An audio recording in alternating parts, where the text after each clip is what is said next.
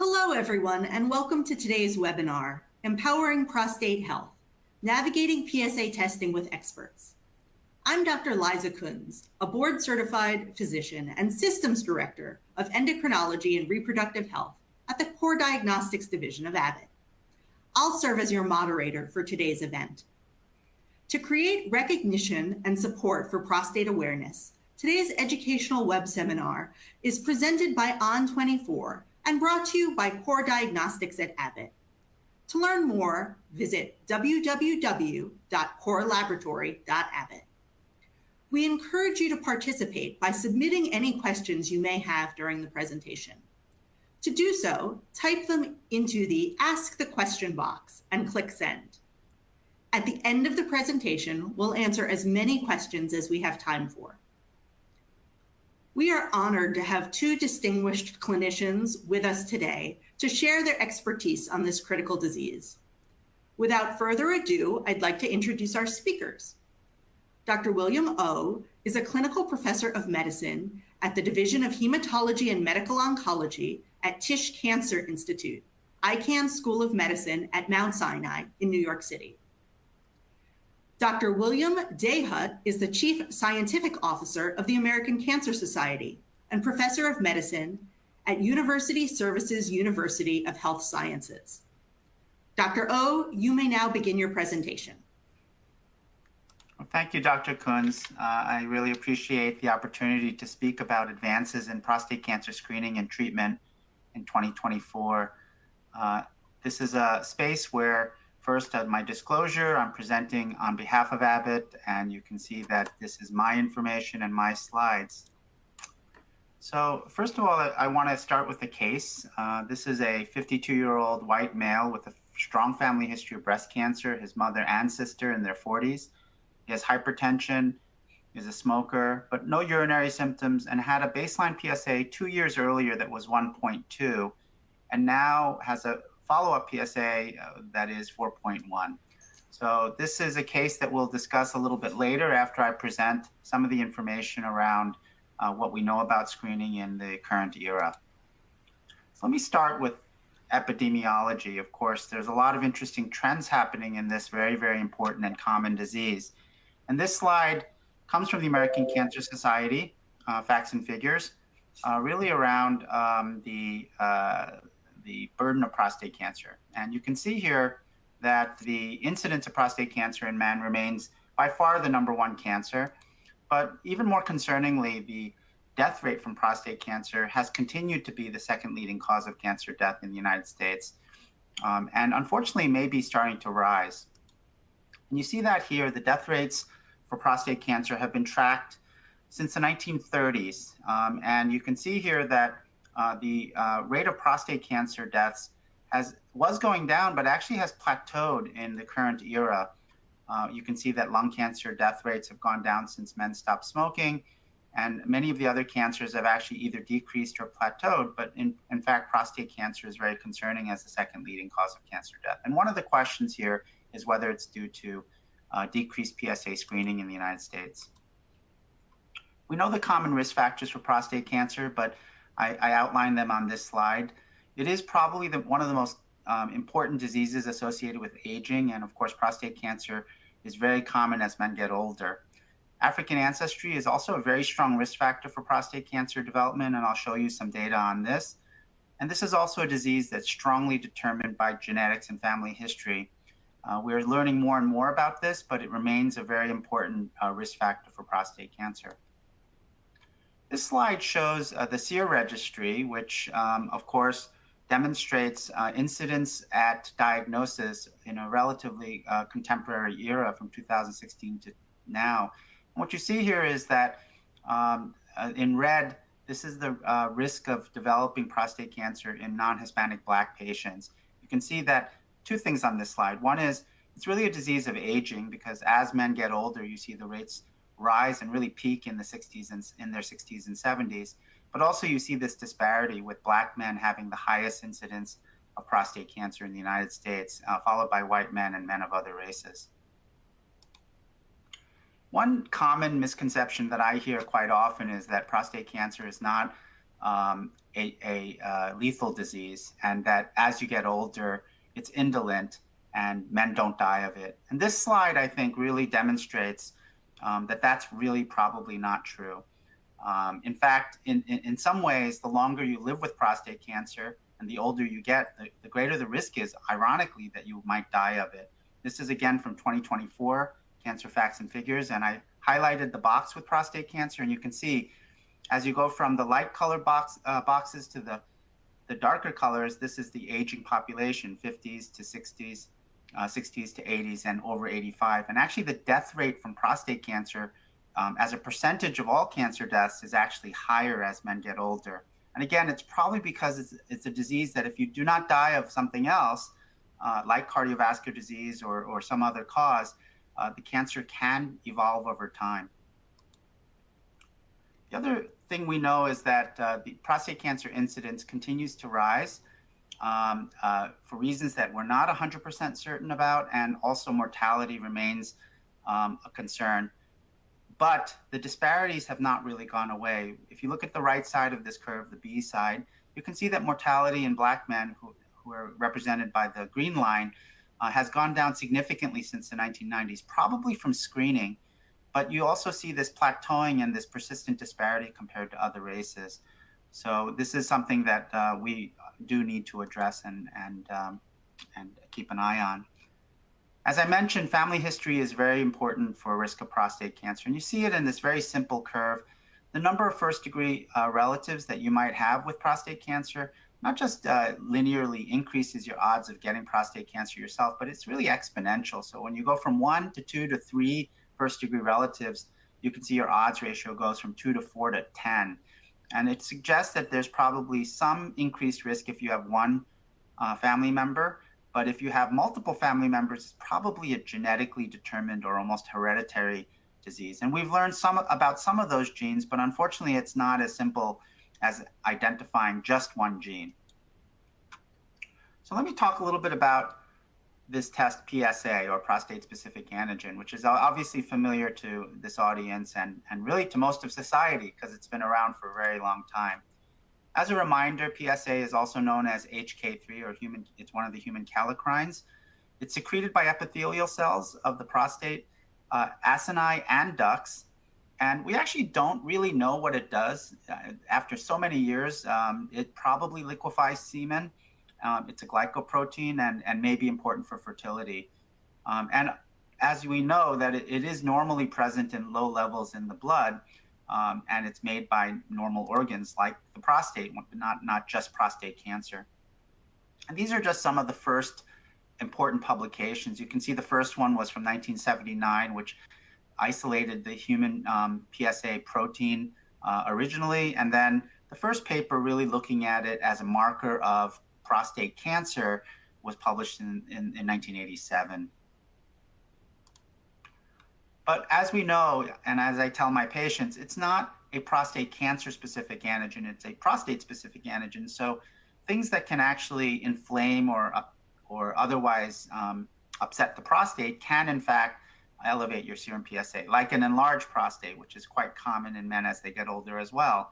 Prostatitis or inflammation of the prostate, ejaculation. So usually patients are told not to ejaculate within 72 hours of a PSA. A very vigorous digital exam or riding a bicycle, physical trauma to the prostate can all elevate PSA.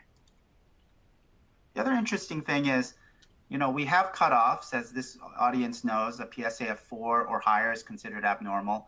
But what's interesting in this curve from a control arm of a big clinical trial where every man with a normal quote unquote PSA was actually biopsied, you can actually see that even when your PSA is as low as 1 or 2, there was a certain percentage of patients who had prostate cancer, anywhere from all the way from 10 to 40% in this cohort. And not only that, the risk of high-grade disease, as we'll talk about, not all prostate cancers are the same, but high-grade disease was actually more prevalent at these low numbers than people expected. So there may be no such thing as a normal PSA.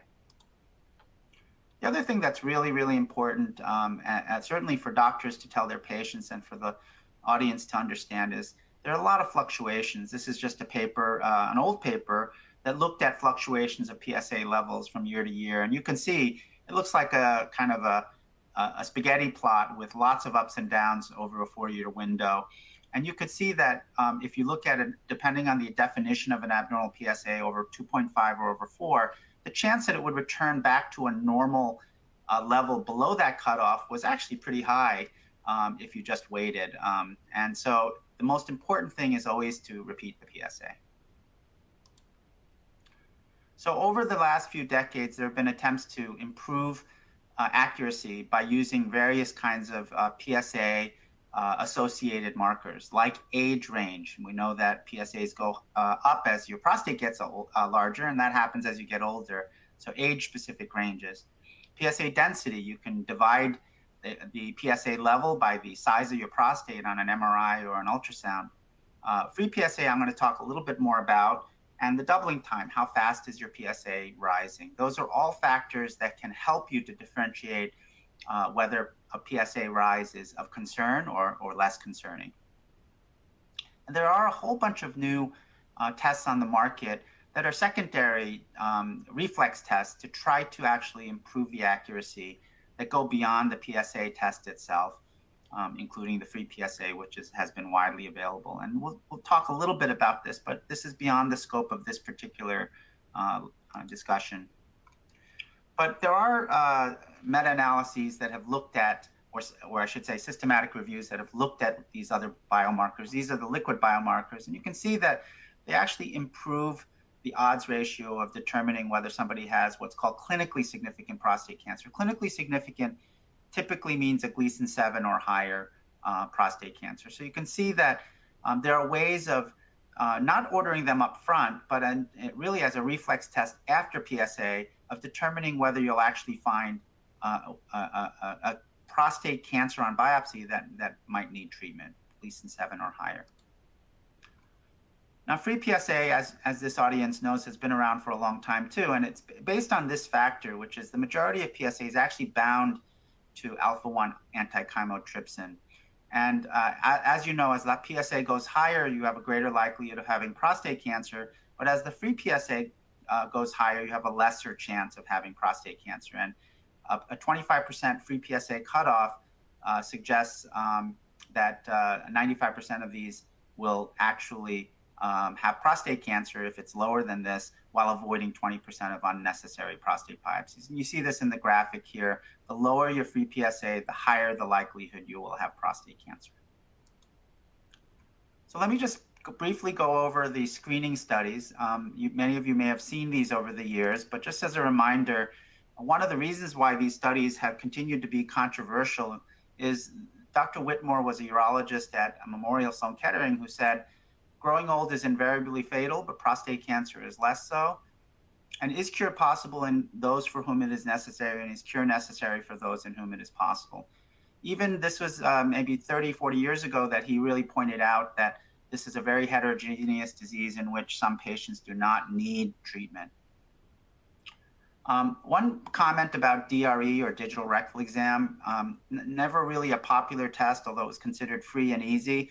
But this is some recent data that suggests that the chance of actually finding cancer on a digital rectal exam is very, very low. You can see the ProBase study. First of all, a lot of men don't want the exam, only 37% acceptance at the age of 45. And then the other thing is that cancer detection rate is very, very low. In this very large study, they only found 3 cancers in thousands of patients. So should DRE be a routine part of screening? I think the answer is people are moving away from it. Should DRE be a part of the workup if your PSA is elevated? The answer is yes. So DRE is better as a reflex test than as a true screening test.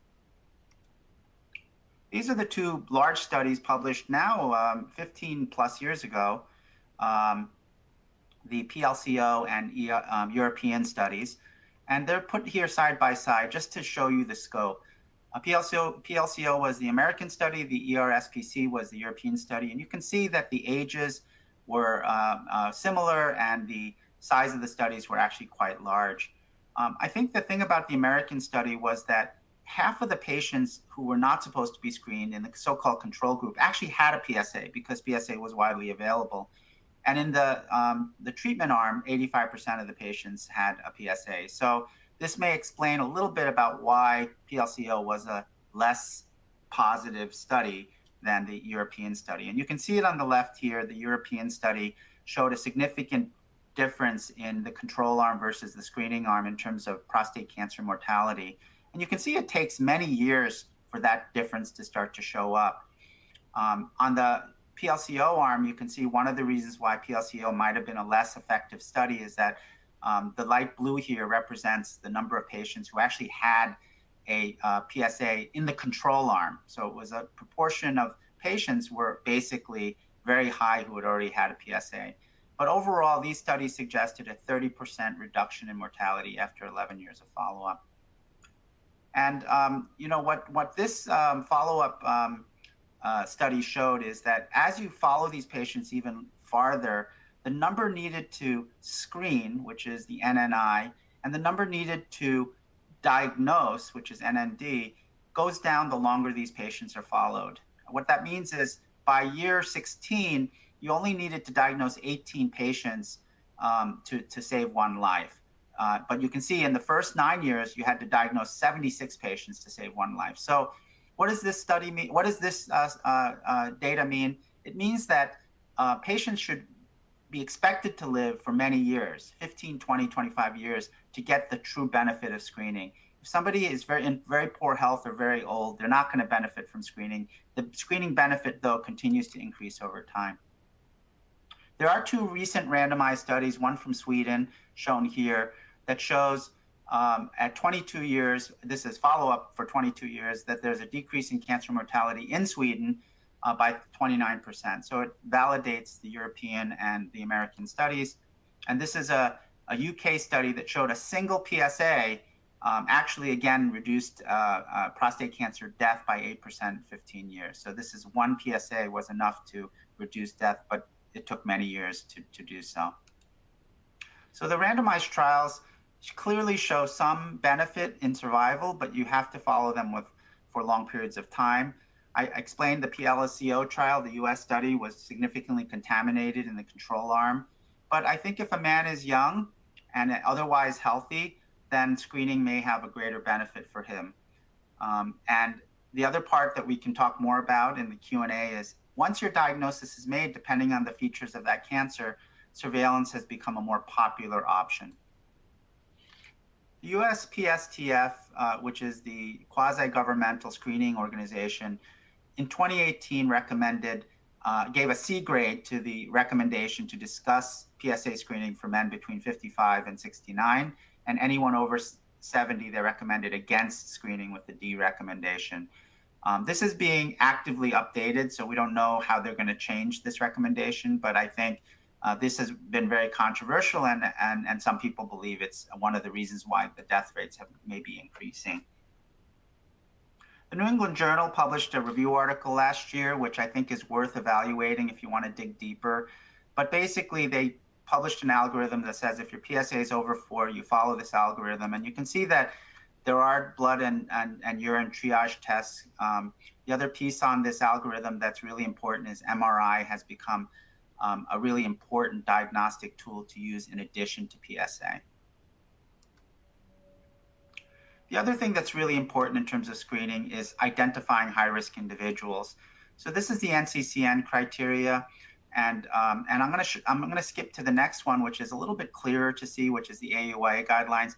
They're very, very similar in that we know high-risk individuals include Black men, and as I mentioned earlier, that's the epidemiologic group that has a very high risk of both diagnosis and death from cancer, but also men who are carriers of these genes. This is germline, meaning they inherited these genes from their mother or father, or strong family history. And again, I don't have time to describe what strong family history means, but it's listed here.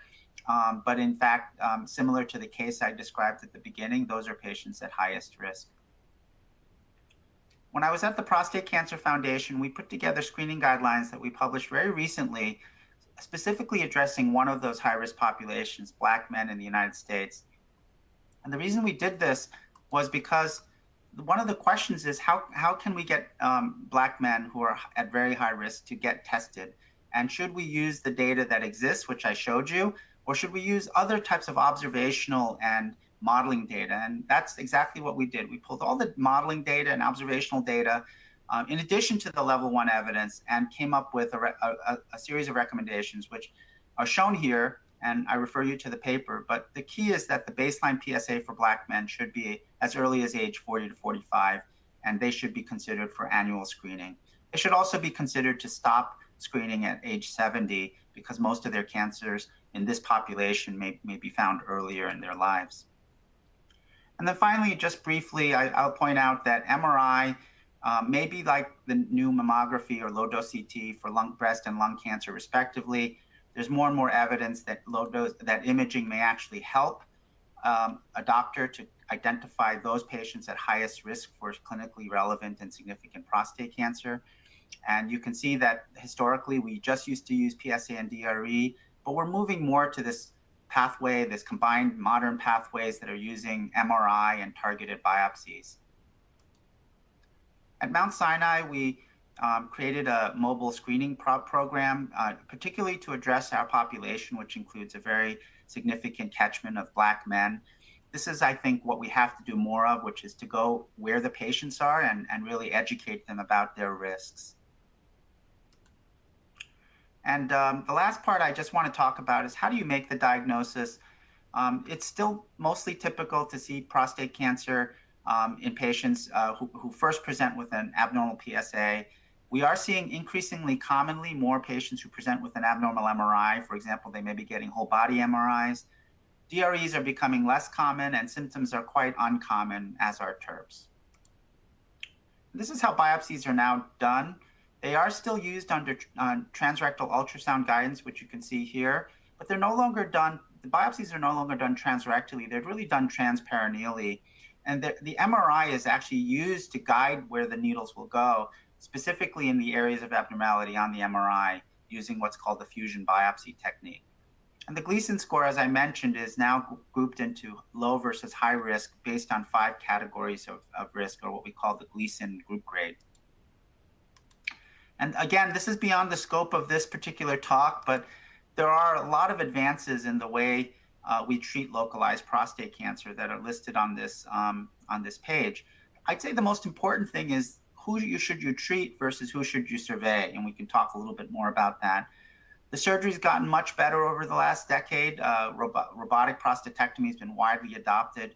Radiation techniques have gotten better. SBRT is 5 treatments to the prostate and is possible for many of these patients. And there are other options as well. So in summary, PSA screening is a personal health choice available to men in their 50s to the age of 70. And while it's been a subject of debate, it really offers an opportunity for early detection.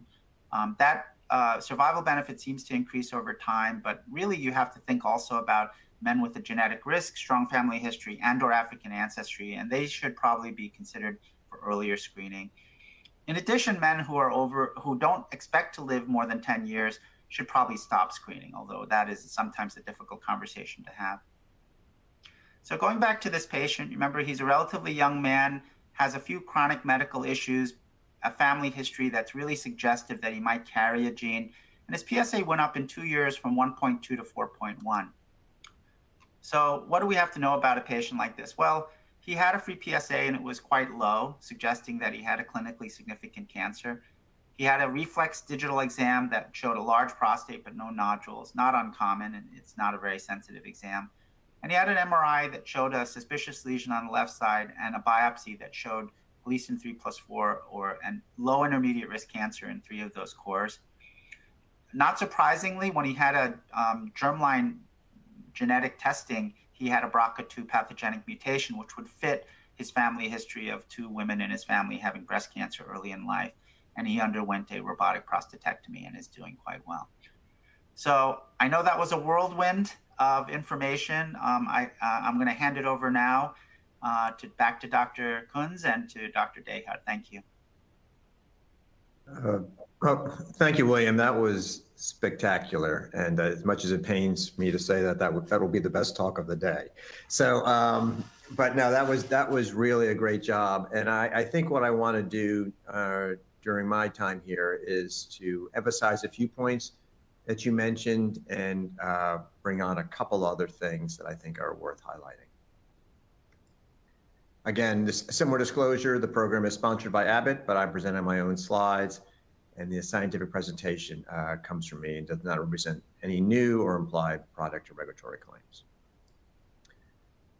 So, I think importantly, as was mentioned, we really anticipate that the number of, new prostate cancer cases, will increase over time. This came out from the Lancet Commission paper. This is really a worldwide state that's important, not only obviously in the US, but obviously in countries throughout. As families live longer, as men live longer particularly, we anticipate to see many more cases of prostate cancer and many more cases of people presenting with advanced disease, particularly in countries where we do not have the same sort of economic wealth as we do. Early diagnosis becomes incredibly important. Awareness, we always like to say nobody died of a PSA test. So I think it's important, as we move forward, to be aware that this is important, worldwide, not only in the United States. So, this is a slide, that William commented on earlier, but I think it's really important to really emphasize. We're really seeing increasing incidence of advanced prostate cancer presenting amongst all men. We're really dramatic decreases in cancer mortality. If we look back at the high point, which was the early 1990s, about a 50% overall decrease in cancer mortality. And William talked a little bit about the change in the task force guidelines, the more recent task force guidelines of 2018, but actually around 2012 and period, actually there's a recommendation against PSA screening. And so what we have seen over time is this continued increase of about 5%, per year of men presenting with more distant disease. And this is particularly striking in the population of men with African ancestry. And overall, what we also is important when we think about prostate cancer is the increasing number of survivors and thrivers with the disease. There are now millions of men who now have had a prostate cancer diagnosis. Some don't have any clinical evidence of prostate cancer, but may have side effects of the therapy, but many who are being treated for their prostate cancer, either with local regional disease, potentially metastatic disease. And William and I were in our fellowships and just beyond, really, there were essentially no effective therapies for prostate cancer beyond, medical treatments to block testosterone or surgical treatments. But over this time period, we've seen multiple new drugs approved. Many are targeted against hormonal therapy, but some are radioisotopes targeted against the bone, or as was alluded to in the earlier talk, drugs targeted against men with specific mutations such as BRCA2. So we really anticipate, over the next several years, we'll have nearly 200,000 men with metastatic prostate cancer who are cancer survivors. Nearly half of those are men who present with de novo metastatic prostate cancer. And again, many of those could have been prevented had they had a screening test done earlier on. And again, sort of looking at the population of white men versus black men, you can see again significantly higher numbers in black men. Again, as William mentioned earlier, it's about 70% more likely to be diagnosed with the disease, but 2 to 4 times more likely to die from the disease. And among these survivors, we see actually, different things that are different toxicities, shall you say. And generally, many of the toxicities are worse in Black patients with, worse financial insecurity, nausea, vomiting, constipation, loss of appetite, dyspepsia, pain, with sleep disturbances, fatigue, so much worse amongst white patients. So, even amongst men who we are potentially cured from the disease, there are side effects. And so finding cancer earlier on where the treatments are often unimodality, whether it's radiation or surgery, or potentially even observing the patients actively is obviously a key potentially to decreasing some of these long-term toxicities. So we talked about PSA screening, and it's there's been a lot of concern and a lot of things that people have heard about the danger of PSA screening. And again, nobody that I know has ever heard of anyone actually dying of having this blood test taken. And there was a time, based on what was very well-intentioned in this country, that every single man who had a prostate cancer diagnosis had treatment recommended. And this was, basically the mindset of all cancers, that if you had a cancer, the only way to ensure that it didn't cause lethality was to treat it earlier on. As William mentioned, we have much greater ability to determine which cancers need to be treated immediately. And often cancers can be followed safely over time with blood tests such as PSA and imaging with MRI. And some men may never need their prostate cancer treated, and others can have it deferred, safely for years. So based on that, one would think that it would make sense to find the cancer earlier on when you have more options. But this is data, again, somewhat influenced by of COVID because it's 2021 data, but it also is not changed dramatically over time. You're really looking at the percentage of men who had a PSA test. Again, these are men 50 and over in the last year. And overall, it was only about a third of the population, 35%. But worrisome, if you look at the men between ages 50 and 64, only about 26%. And then we see, vast varieties, when you look at different education levels, income levels, as well as insurance data. So, we talk a lot about informed decision-making, and I think it's important. If somebody has a strong feeling that they would never be treated for prostate cancer regardless, they have health issues or other reasons why, they would not want to it would not make sense to have a prostate cancer diagnosis. It certainly would not make sense to have a PSA test. But for most men, I tend to counsel, that information is helpful and that it really would give them more options as they go down the line, and that anywhere along the line one can stop and not necessarily go on to the next step. So I think, having a PSA test done by more men would potentially lead to fewer men presenting with more advanced disease. So at the American Cancer Society, we do have resources, for patients and family as they make these decisions. We do provide information about the benefits of screening with PSA. Limitations, I guess it's a first round screening test. You do not make a prostate cancer diagnosis with a PSA test. It leads to the need for potentially other imaging, other blood tests, and ultimately, in some men, a biopsy. But, we do think early detection is important. The vast majority of cancers found at a very early stage can be either safely watched or treated effectively. And once a cancer has spread, where it's a metastatic cancer, although there are rare outliers, by and large, we don't think those cancers are curable. And regardless, will require men to have years and years of multi-agent treatment, usually with drugs that block the male hormone testosterone. And we have ability to connect patients with those who have had treatment, have had diagnosis, survivors and thrivers. And also, we do think it's incredibly important to have family in the decision. I think, not surprisingly, partners and spouses are very concerned when someone has a prostate cancer diagnosis, feel an urgency of a sense of love and devotion that the men should be treated right away. I think be involved in those discussions to know that oftentimes it's very safe to wait and actively undergo surveillance before one begins treatment. So I think it's important, again, when we think about prostate cancer screening, as William talked again about certain high-risk populations. We talked again about Black men are still much more likely to develop prostate cancer. But if you look at the incidence of potentially lethal disease by age 45 in Black men, that matches all other races 10 years or later. So we see this risk going up very early on in Black men. And I think that's why William and others, are beginning to advocate for routine screening to be much more common, particularly against Black men.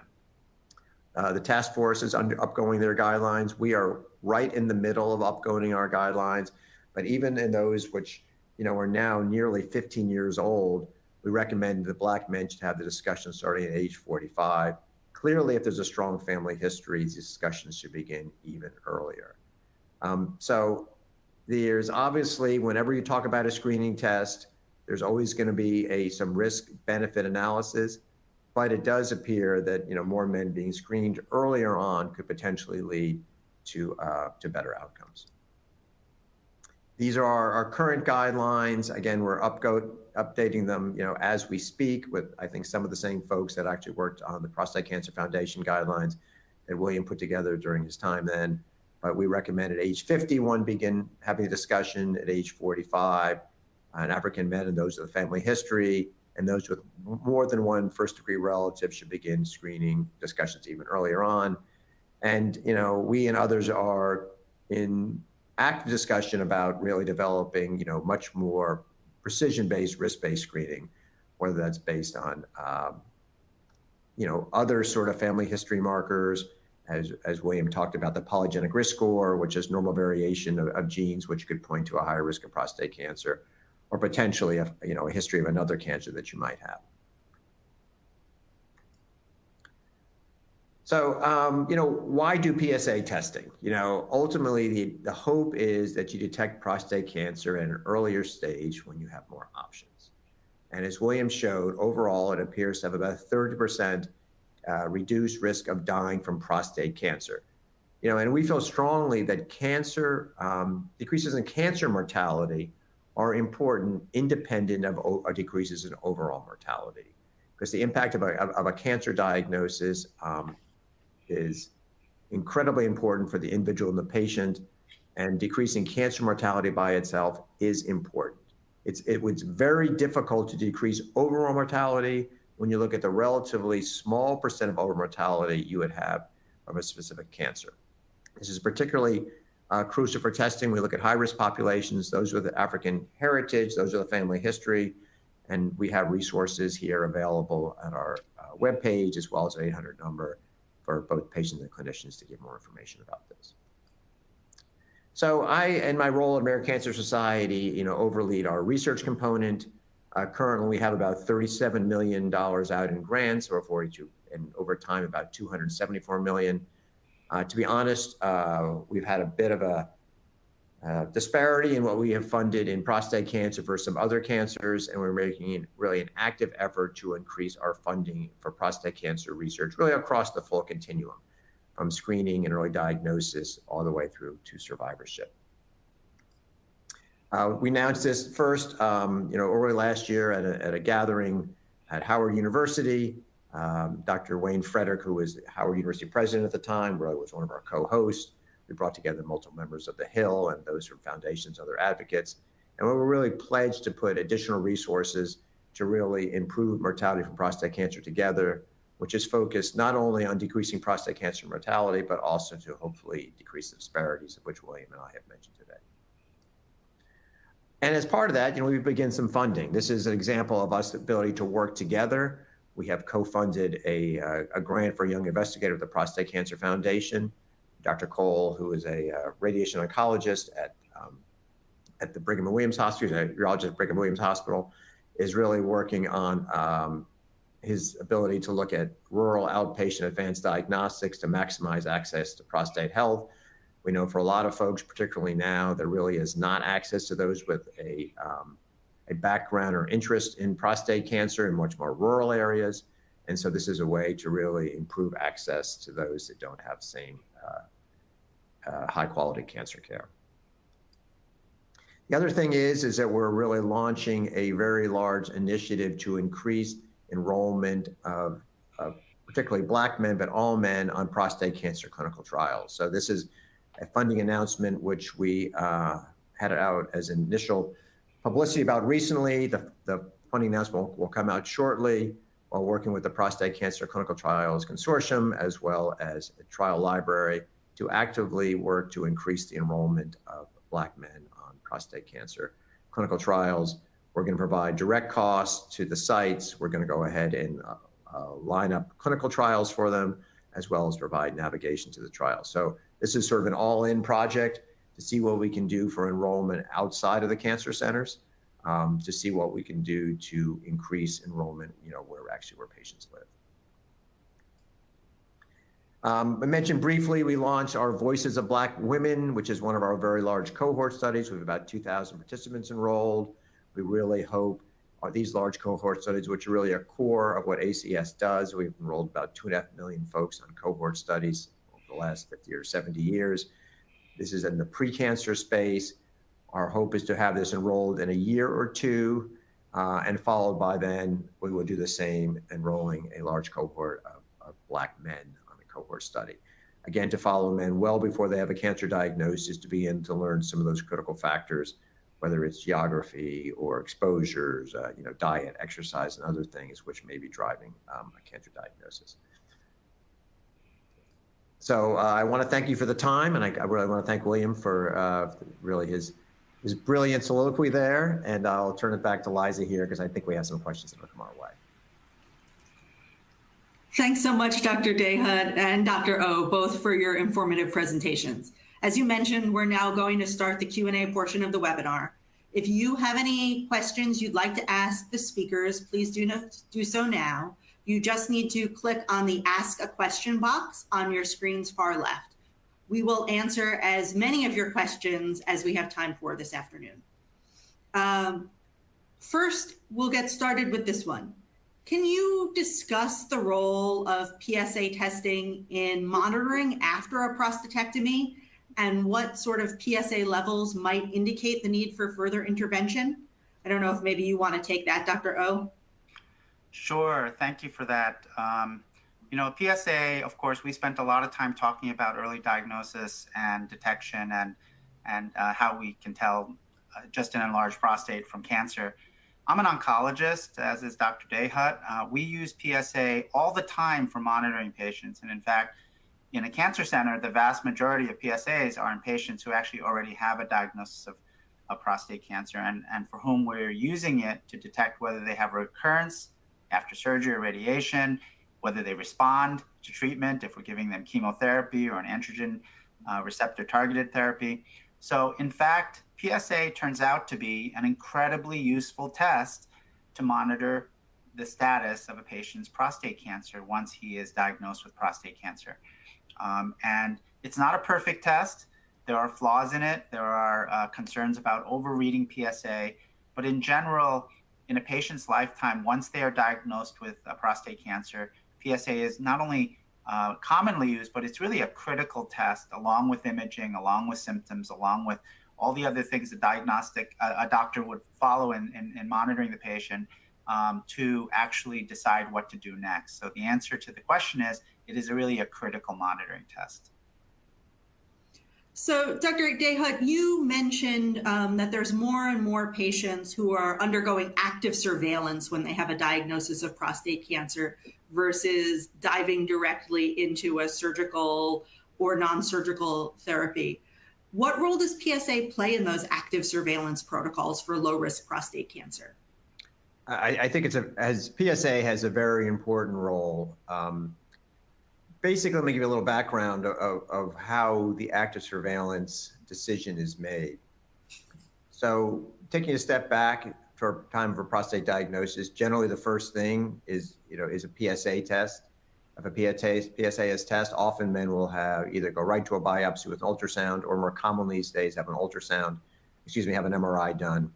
And then based on those findings, a pathologic diagnosis is made of prostate cancer. And then a score is given. Again, as William talked about, we've modified from the prior Gleason score, which will let the physician understand the risk that the cancer can spread, can leave the prostate. And those that have those in the lowest risk have a very, very low risk of the cancer causing any significant problems over the short period of time. And so those in the lowest risk, and oftentimes those in the sort of the lowest part of the intermediate risk, there's a discussion with the patient about we can monitor you over time using MRI, but also looking at PSA and potentially additional biopsies to determine when and if one should actually begin in an active intervention, such as generally surgery or radiation. And so that PSA test is really a clue. And if we see the PSA value change significantly, go up significantly, that will generally then trigger another MRI and potentially another biopsy. PSA is a very interesting test because, I think a lot of people don't realize that it's also made by normal prostate cells, not just by cancer cells. Cancer cells are leakier, and that's why we see higher values in the blood. But sometimes the PSA number will go up for reasons that are not related to cancer. Oftentimes that's from inflammation or an infection, or sometimes just a very large prostate, and large over time. So if someone is on active surveillance and we see a change in the PSA test, particularly if it's more than just a few tenths, oftentimes it'll be repeated. And if it's continued to rise, then we'll repeat the imaging, maybe do the biopsy, unless there's another reason, such as an infection or such. And then it really becomes sort of like the canary in the coal mine. The first sign maybe that there may be a need to a change in strategy and intervene with, often again, surgery, radiation. So very, very important in active surveillance. Terrific. I wonder if either of you have any thoughts on this. There's been a lot of conversation in the news recently about AI and machine learning and its impact on medicine. Do either of you see those areas, AI or machine learning, impacting the interpretation of PSA results in the future? Well, PSA, I'll take this one. As you said, Dr. Kunz, AI is in all parts of our lives and in healthcare. And there are actually already companies that make AI tools that help a radiologist to read a scan or a pathologist to read a biopsy slide. PSA, one of the great things about PSA, despite what Dr. Dahut just mentioned about other things that can make your PSA go up and down, is that it's a remarkably consistent test. I mean, one of the things I do always tell my patients about is if you get a PSA test, you should try to do it in the same laboratory, because sometimes there are interlaboratory differences. But it's really quite remarkable outside of those other factors like inflammation, that the PSA is really giving you a very good indication of what's going on. So in some ways, you don't really need the current levels of AI and machine learning. This is like very simple math 101. Like, for example, I mentioned it very briefly. One of the very important risk factors for an aggressive versus a less aggressive prostate cancer is the rate at which your PSA doubles. You can put it into an algorithm. There are online calculators that can calculate what's called PSA doubling time, or you can do it on the back of an envelope. Ironically, you can say this patient's PSA was 1, and then it's 2, and then it's 4. In the example I gave you, the patient's PSA doubling time roughly doubled twice in 2 years. Now, if his PSA doubled from 1.2 to 4.1 in 1 year or in 3 months, that would signify a much more aggressive cancer, ironically. Even in that situation, it would suggest something else is going on if those are real PSAs. So I think while we believe that AI will infiltrate every part of our lives, in this case, that calculation is something that we can do very simply using our AI brains. In the long run, though, I do think, and you're hearing this with the genetics, with the imaging, I think AI and ML tools, machine learning tools, may actually help us to incorporate all the different factors. Bill mentioned briefly something called PRS, or polygenic risk scores. It turns out that maybe not just one gene is important, but a whole host of genes. And there are research studies looking at whether multiple genes may actually assess our risk of getting a disease like prostate cancer. So I do think we're going to see more and more of those algorithms come into the research side, and eventually it may roll into practice. Yeah, I mean, I would totally agree. And I think the other nice thing about PSA is that it's largely something that can be done, almost anywhere.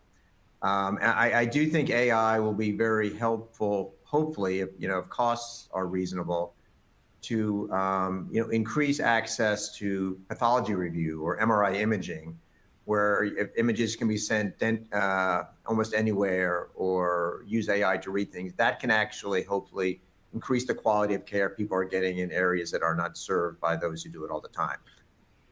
The other thing is we often don't need to react immediately to a PSA test. I think that's sort of a beauty of this as compared to, other cancers. If you have a leukemia and all of a sudden the blast count goes up significantly, you need to do something immediately. usually we have time to look at the PSA test, put it in context of what's going on, decide whether you need to make imaging or recommend additional testing, or oftentimes, repeat the test to get more information on the trend. So I would agree we don't actually want to get too technical, too specific on PSA, because I think that's going to, try to push people down a direction where actually I think we need a more measured response. And I think that's one of the beauties of the test. So Dr. Dahut, you started your presentation referencing that paper from the Lancet talking about the expected rise of prostate cancer between now and 2040. Are medical systems prepared for that increase in patients requiring care? I don't know, I'm sure what medical systems really are prepared for right now. So I would say, I think broadly, looking at what's going on in the United States, we have an aging population. And though cancer mortality rates have fallen by 30 to 34% based on our data, the actual number of cancer deaths has not, because the population is aging. And I think, we've all talked about concern about cancers in the younger population. So as we see increasing cancer cases, I think we're going to have to come up with ways in order to provide this care in a very distributive manner and ensure that folks all receive, sort of the evidence-based care. An area that William has worked on in the past, and I think is really is incredible importance, is ensuring that men with advanced disease do receive care, particularly, multi-drug treatment that has been shown in multiple clinical trials to change survival, but large swaths of the population don't receive that. So, how to communicate this, maybe AI can help somewhat in those ways. But I have concerns that if we sort of do business as usual, that there will be people who will not receive care that is safe and effective. Yeah, I mean, I couldn't agree more with what Dr. Dahut said. I mean, this is an impending huge issue in the United States and worldwide.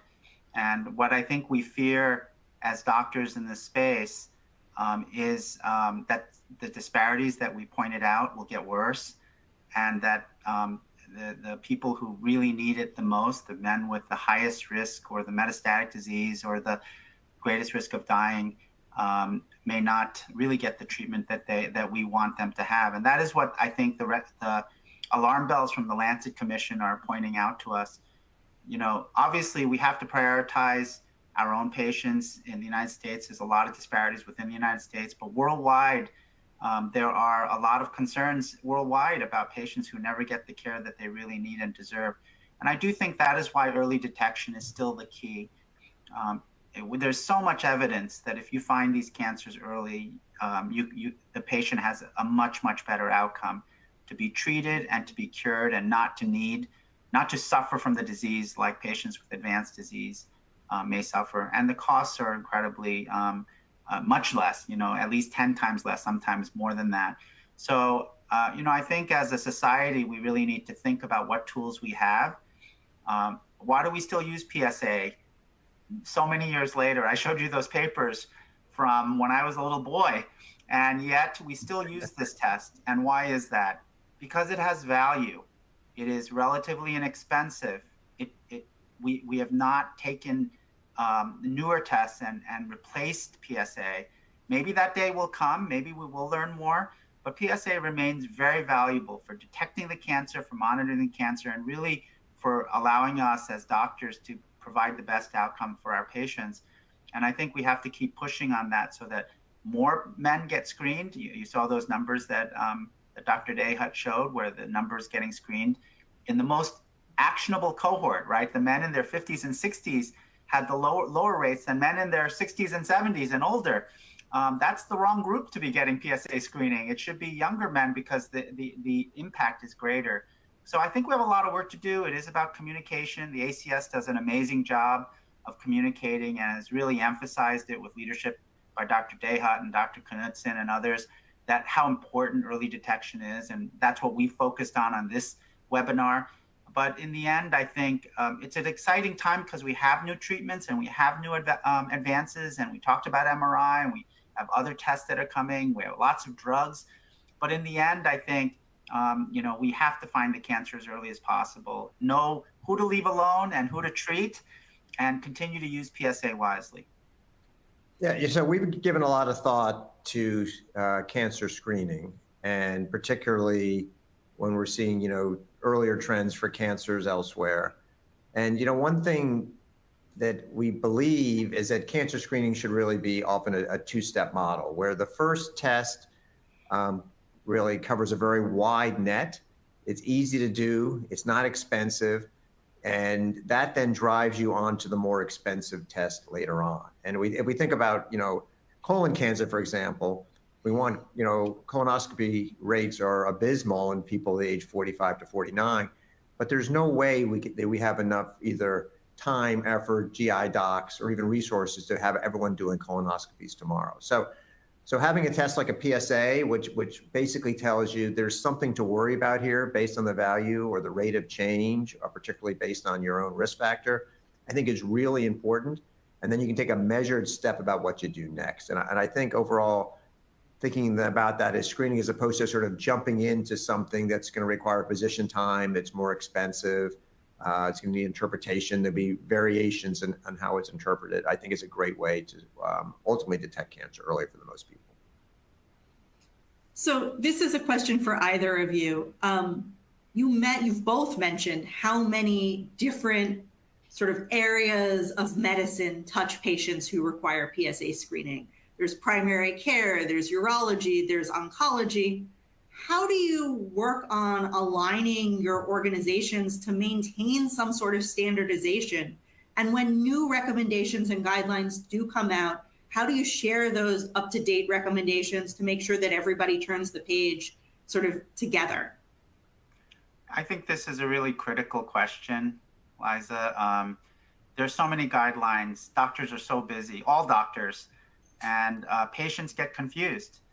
And I think that organizations that try to basically consolidate and convene the conveners, right, bring the people together who have a stake in it, are going to be the ones that will send out a single message to patients, to doctors, to families. So the ACS is launching a National Prostate Cancer Roundtable that Dr. Dahut can talk more about. I'm honored to be the chair of this, and it's going to bring organizations from all different perspectives, from physicians to patient advocacy groups to industry, and all the stakeholders in the room, so that we kind of get to that point where we identify the set of problems that we have the greatest impact, and to come up with a national plan to address them, because I do think that's a really important factor, is the multiple ways in which people are telling you how to manage a disease like this. No, yeah, we're thrilled that, Dr. O is going to be leading our prostate cancer national roundtable, and we're really going to be, focusing on, achievable goals for things that we think will have the most impact. I mean, I agree with you. It's terribly confusing that the guidelines are all a bit different, and that if you're a busy primary care doc, I think you're going to defer oftentimes to either what's the easiest or by what you heard last. So in a way to harmonize those as much as possible, particularly around the areas that are the most important, I think is vitally important. And that's one of the things that the roundtable will be working on for sure. So it's hard for me to believe this, but we're actually already almost at the top of the hour. So we probably should bring our webinar today, unfortunately, to a close. But I do want to thank you, Dr. O and Dr. Dahut, for your time today and for all you do for patients.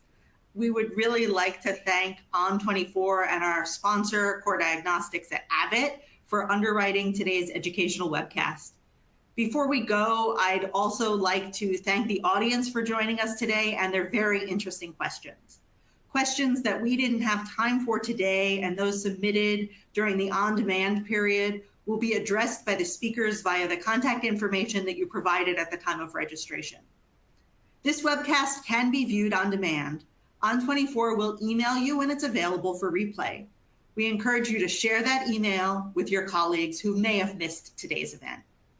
Until next time, take care. Bye. Thanks, Liza.